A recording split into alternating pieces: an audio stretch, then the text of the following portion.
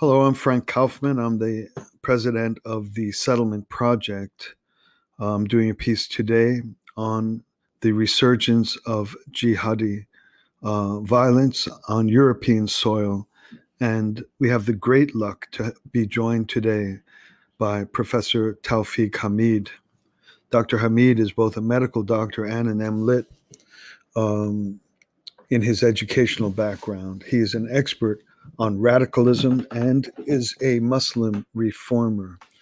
Dr. Hamid is an Islamic thinker and reformer and a one-time Islamic extremist himself.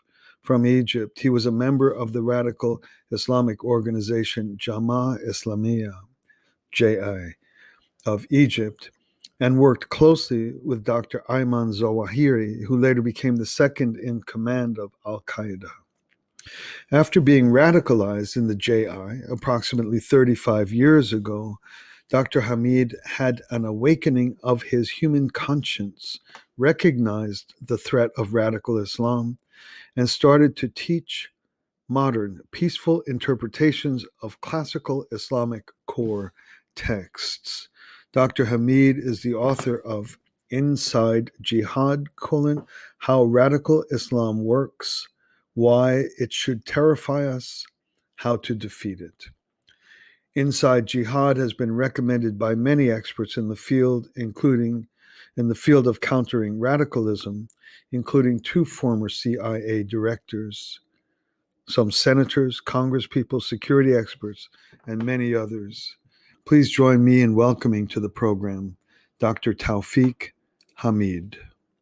Welcome to the show, Professor Hamid. We're very grateful that you could make it on with us today. It's a pleasure to be with you, Frank, anytime. Wonderful. Thanks. We have such a short time, even though for most people 30 or 40 minutes sounds long, but the issues are extensive and profound.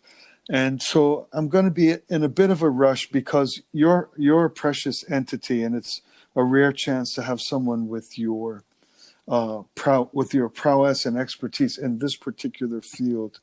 So I'm gonna get through a couple of intro pieces, but mostly we just want to get all the insight and wisdom and knowledge that comes from your extensive experience. The basic reason why I've asked you to be on with me today is that there have been a series of can you help me first? Is the term jihadi correct, politically incorrect, or does it accurately describe a type of violence that is committed in the name of Islam, even though we all... Absolutely. In the Arab world, when the media use the word jihadi, Yes. they even in the Arab media, they mean the violent radical ones that do suicide bombing and all this group. So absolutely correct. Okay, very good. I'll use that as the term, and thanks. I feel more confident now. And there have been three recent events in Europe they're particularly gruesome. They're horrific and shocking. And if I'm not mistaken, there was a period of calm. There was an extended kind of cessation of the success of these types of attacks. And then there was a beheading in France, a beheading in Nice, a teacher in a classroom, then in a church, another beheading. There was a mass shooting in Vienna. It was near a synagogue. We don't know the extent to which the synagogue was central to that. And so I have all of these events with little blurbs in front of me, but I don't want to lose or waste too much time going through that. I hope that our listeners are familiar with these strong pieces of news that have been widely disseminated in the media. The same day that the Nice attack happened, it was a knife attack, with 3 dead, several injured, 1 beheaded. That same day, a copycat was apprehended in Yvelines, a Paris suburb. I don't know if this would have been coordinated to happen in more than one place. In some of my reading, I see that several, not several, but at least one, if not more than one of these assailants and violent, extremely violent attackers had been the beneficiaries of the efforts of European nations to embrace them, to educate them, to provide them scholarships. Um, one of them had been apprehended and had been confirmed as having left these points of view, and then this very one who was released back into public life turned out to, in fact, commit violent jihadi assault, resulting in horrific death and disruption of society. The lawyer of the Vienna mass shooting says he was a nice boy from a good family who fell in with the wrong crowd. And this whole ability for people to just miss what's in front of their eyes, I think you, Tawfik, have a special insight into those kinds of things. So if this is enough of a setup, I'd love to hear where you come in and what you can offer us in terms of helping our understanding. Yeah. Thanks, Frank, for this introduction to the topic. I'm basically a medical doctor. I was graduated originally, I live here in the United States now, but I was graduated in Cairo, Egypt. And during my life, I joined the radical Islamic group called Jama'ah Islamiyah. And I met actually with currently the first in command of Al Qaeda, Ayman al Zawahiri. And I was going to travel to Afghanistan to wage jihad and share in the phenomena of jihad in Afghanistan itself. But thank God I didn't continue. Anyway, during my life, I also studied, in addition to medicine, and developed novel techniques in cognitive psychology. So it happened that I came from within these groups, and I have depth in the knowledge of cognitive psychology, or the field of cognitive psychology. And in addition, I started the modern commentary for the Quran at the theological level, which actually garnered more than 2 million followers. And I have also many followers following my YouTube videos. We are talking here about millions of views, tens of millions. Fantastic. Yeah. So Fantastic. so this is the background, and this put me in a position where I can offer, I believe, the most important part of the problem, which is the solution. Many people have spoken about the problem for years and years and years. Yes, we know there is a problem. Then what is the solution? This is what I can offer. Wonderful. I just want to say, Tawfik, that we will post all the links to these YouTube videos and the ways our listeners can learn from this ongoing success that you have with communicating your insights. So if I may, I'm going to add just two more little thoughts. These were offered by friends. One is that the death of major leaders in violent jihad, such as the ISIS leader al-Baghdadi and the Iranian military figure Soleimani. Is that correct? Qasim Soleimani. Soleimani, yes. Yeah. That, and also the evolution of some peace towards Israel is kind of arousing a certain type of jihadi Islam interpretation, saying not so fast, that's not Islam, this is Islam. It's that the re-arising or the new increase in incidents, is it something like in where there's a vacuum, like in Gangland, New York or something, where there's a vacuum, people are vying to see who's going to be the next big leader. So this is an additional angle. If your insights can also speak to either of those things, and then it's yours Please take it away. Actually, and before just explaining this point, I would like to mention that my YouTubes and my the Quranic commentary and what I do is tip is in Arabic language. So probably your audience will find it difficult to follow Okay. for them, but they are in the Middle East, Uh, the source of the problem itself. I very believe good. the source of the problem comes from the Middle East, and it is fair to fight it there. And when I mean fight, I Yes. fight it at the ideological and psychological levels using certain forms of effective education. This is how can I Very good. summarize it.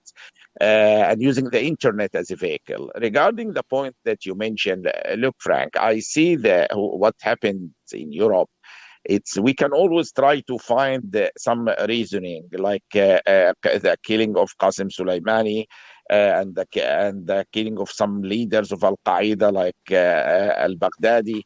And you can say yes, they are trying to rise up again after this killing to say here we are here, for example. But I see it from a different angle, an additional angle, not a different, but additional angle, which is there is a level of radicalism that exists in the mindset of many in Muslims in Europe, as particularly young Muslims, and this level of radicalism may manifest and may not manifest depending on situations. Initially, they can, for example, find the reason like the peace treaty with Israel and start to do some attacks here and there to object to it. Or some criticism of the Prophet Muhammad and what we have seen in France, for example. Yeah. So they can find always a reason to justify the attacks. And today they can say, oh, you insulted the Prophet. Next day, they Okay. can tell you you drink alcohol. Next day, Mm. you don't wear the hijab. Next day, you don't stone women to death. So it's endless, actually. The level of radicalism Mm. must be treated because today they will find a reason. Tomorrow, believe me, they will find another reason. And this is, as I Mm. mentioned to you one day, it's like cancer. You don't detect the damage that it can cause and its real threat until it is relatively late when the cancer Mhm. mass increase to a certain level. So as long as the radicals increase in any European society, they may not manifest until they reach a certain level, and then you have huge number of population that it will be too late actually to resist them. Some people think Europeans Mm. may kick Muslims out of Europe. I see it the other way around. Muslims may kick the Europeans from Europe. So it's a growing problem that you don't see its real effect and the damage until it is too late when the number of people who believe in such a belief, who want to implement Sharia rules in Europe, exceed certain numbers, then even by democracy, they can take the lead and control things. And whoever object to them, whoever refuse the Sharia rules, he can be punished by them violently. So we are dealing with Mm. a real time bomb. Simple.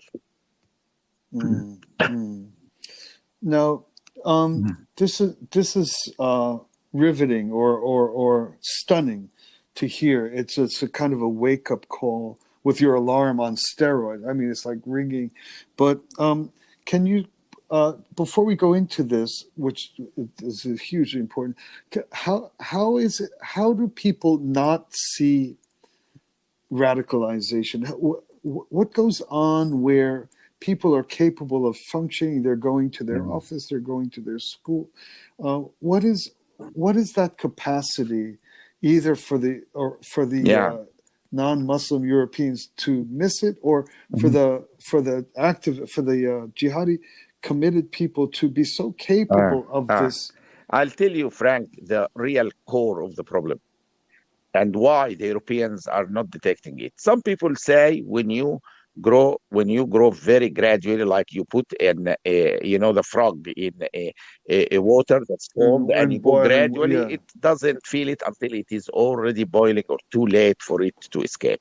But if you put it all of a Yes. sudden, they feel it. So one of the reasons is that it's very gradual problem. But this is not the main reason why Europeans do not get it. Europeans do not get it because they do not, or probably refused to have a clear definition for radical Islam or metrics.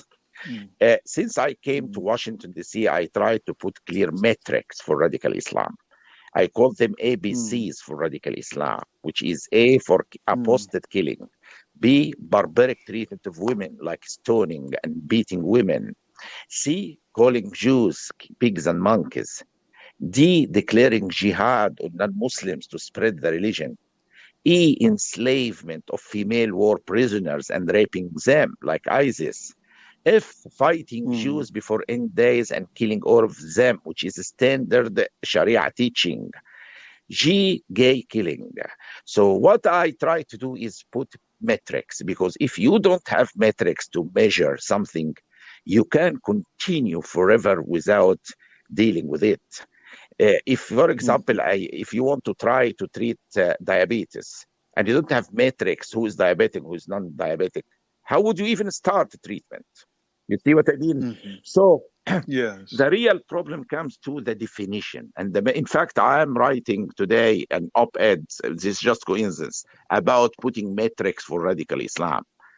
Mhm. And I wrote about it before, but I put it in my book, Inside Jihad, because without having metrics to define what is radical and what is not radical, you can't really even start solving this problem. So the French, the Europeans, and the British, if you ask it, them in the government, what is the definition of radical Islam that you have that you are trying to fight?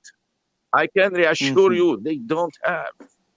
So they speak politically, yeah, we are fighting radical Islam, and more money goes to our organization to fight and radical Islam. But what is radical Islam? Is it just terrorism? This is the last step of radicalism. This is the manifestation of radicalism. If you want to treat the I see. disease, I not see. the Yes. symptom, then you have to fight radicalism. If you don't have definition or metrics to measure radicalism and evaluate it, then it's just useless. Yeah. This is very Mm-hmm. helpful.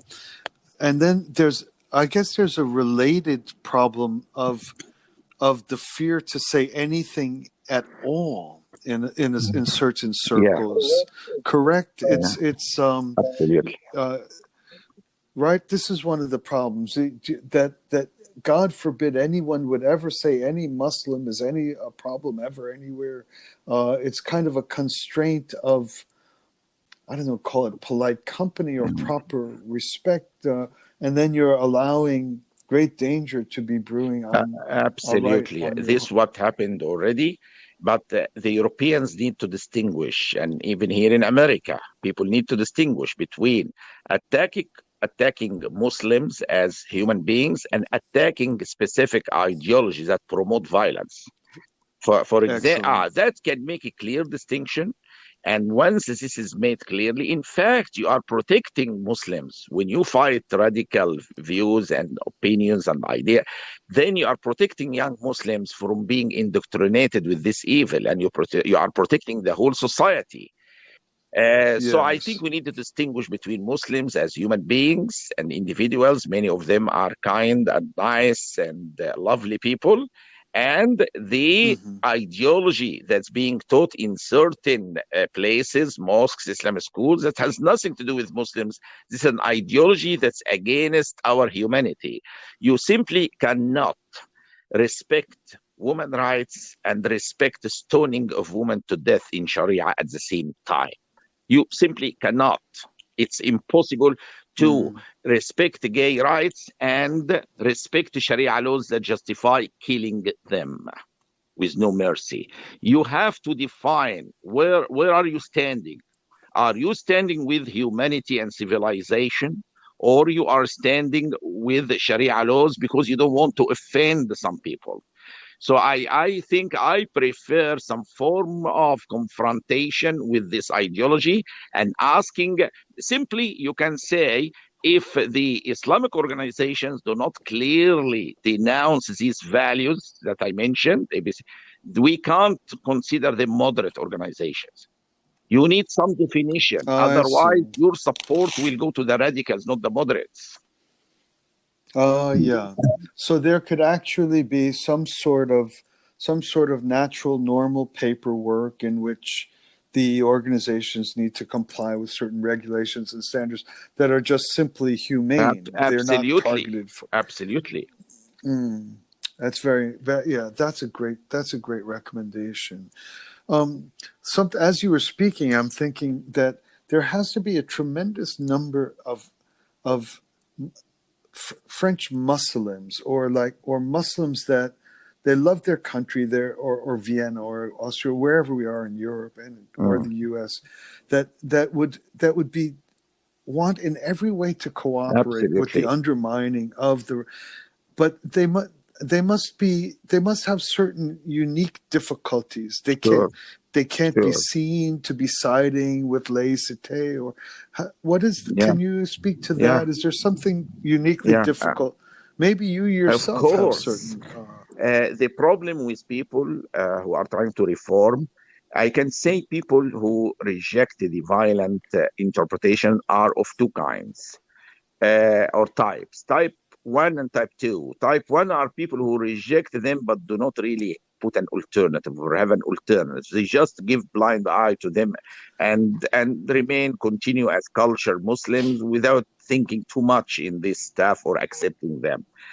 But these people are Mhm. okay. They are harmless and they are fine, but they do not have the capability of making the change. Okay, those who Yes. are reformers and who have the knowledge and capability of making the change and defeating radical Islam at the ideological and psychological levels, these people are deprived from support from everyone, nearly everyone. They are working at individual levels, like myself and others, many of us, but we lack any form of support from governments, from individuals, from organizations. It's just individual errors, but efforts. How on the other side, the radicals are well organized. They have organizations giving them money. They can get money from some Islamic countries. So they are well equipped and they have a lot of money to spend on mosques. They are controlling many mosques, and people who are reformers Mm, are just too weak financially to make the change. So they needed a change. mm, So they are working, they are doing a lot of effort, but you can magnify this effort by 100,000 times if someone came behind them and selected them correctly, who is effective, who is not, and just supported the ones who can make, or the ones who can make a real change on ground. So I think without having this backing, it will be just individual efforts that will die. The other ones have support from everywhere, and they pretend that they are actually moderates, and they gain even money from some European countries. And yeah. that's why Europe is really going to face a major disaster in the future. It's very interesting. But is there a problem like if a person who is a faithful practicing Muslim with a deep care for the wholesome upbringing of young people, and they start to get government money, suddenly they're tools of the enemy or allied with the enemy, or do, do you understand? It's like that the money to help is also going to draw attack from a certain side or a certain type of person Yeah, that but says, "Oh, he doesn't really." radical groups actually who disguise as moderates are gaining money from the governments. This is number one. Number I two, there see. are enough moderate people who will not now in the Islamic world, based on the work of many of the reformers, that is sufficient really to make this acceptable by many. Uh, and let Okay. me be very clear, governments can also support such things in many covert ways. So, and it can take the title educational missions, for example, not necessarily theological or religious. You can call it educational Got missions it. to bring peace and tolerance between civilizations.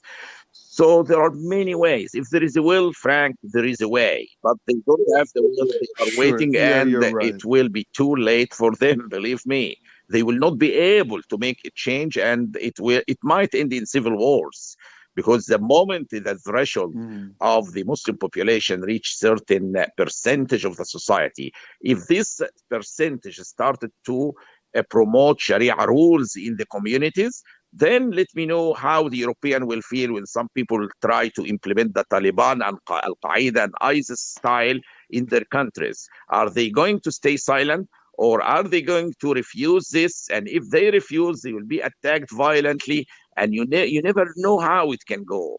So I think it will be more wise for them to have a stand and think again on their failed approaches to contain this problem, and try to use correct approaches in the future. This is outstanding, Tawfik.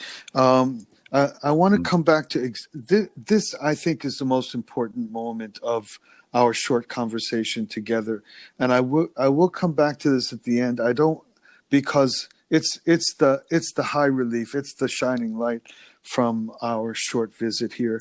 There's one small thing I want to talk about, and then I want to come back to wrap up again on this point of funding of education and the type of imbalance of the radicals getting the type of support that you're describing.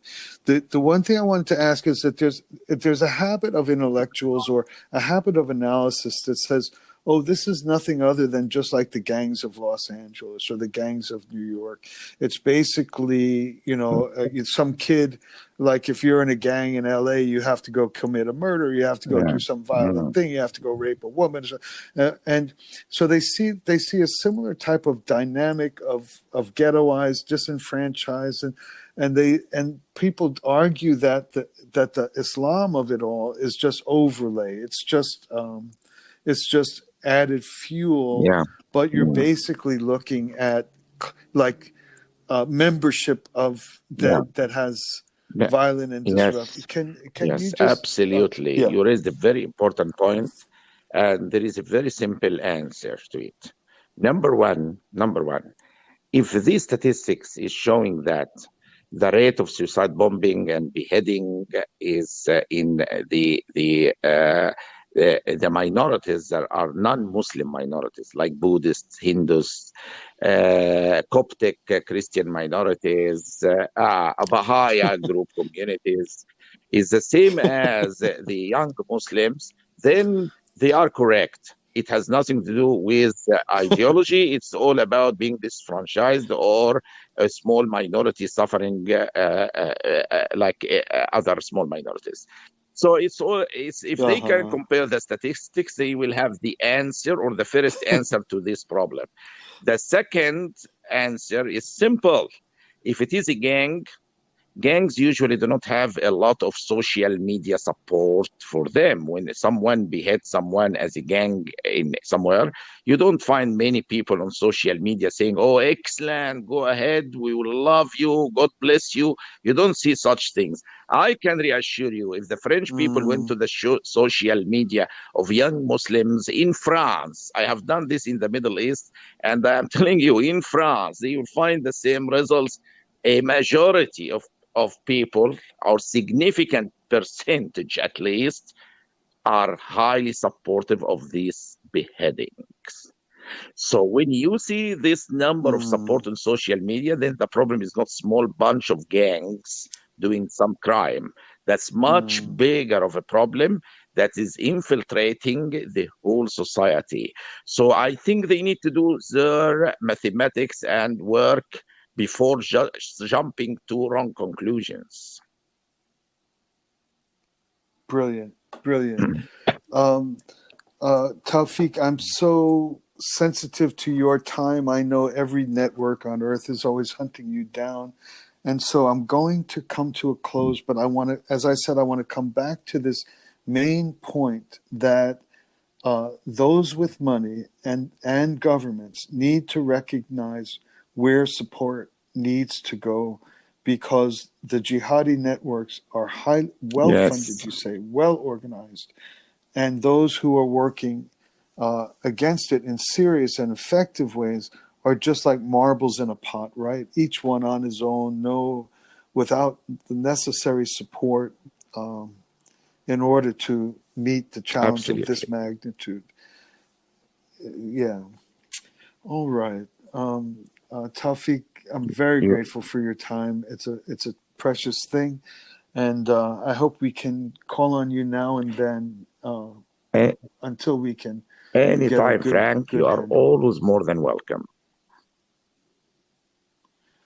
Thanks so Bye much bye. for being Thank with you. us today. Bye bye. Bye bye. Thank you.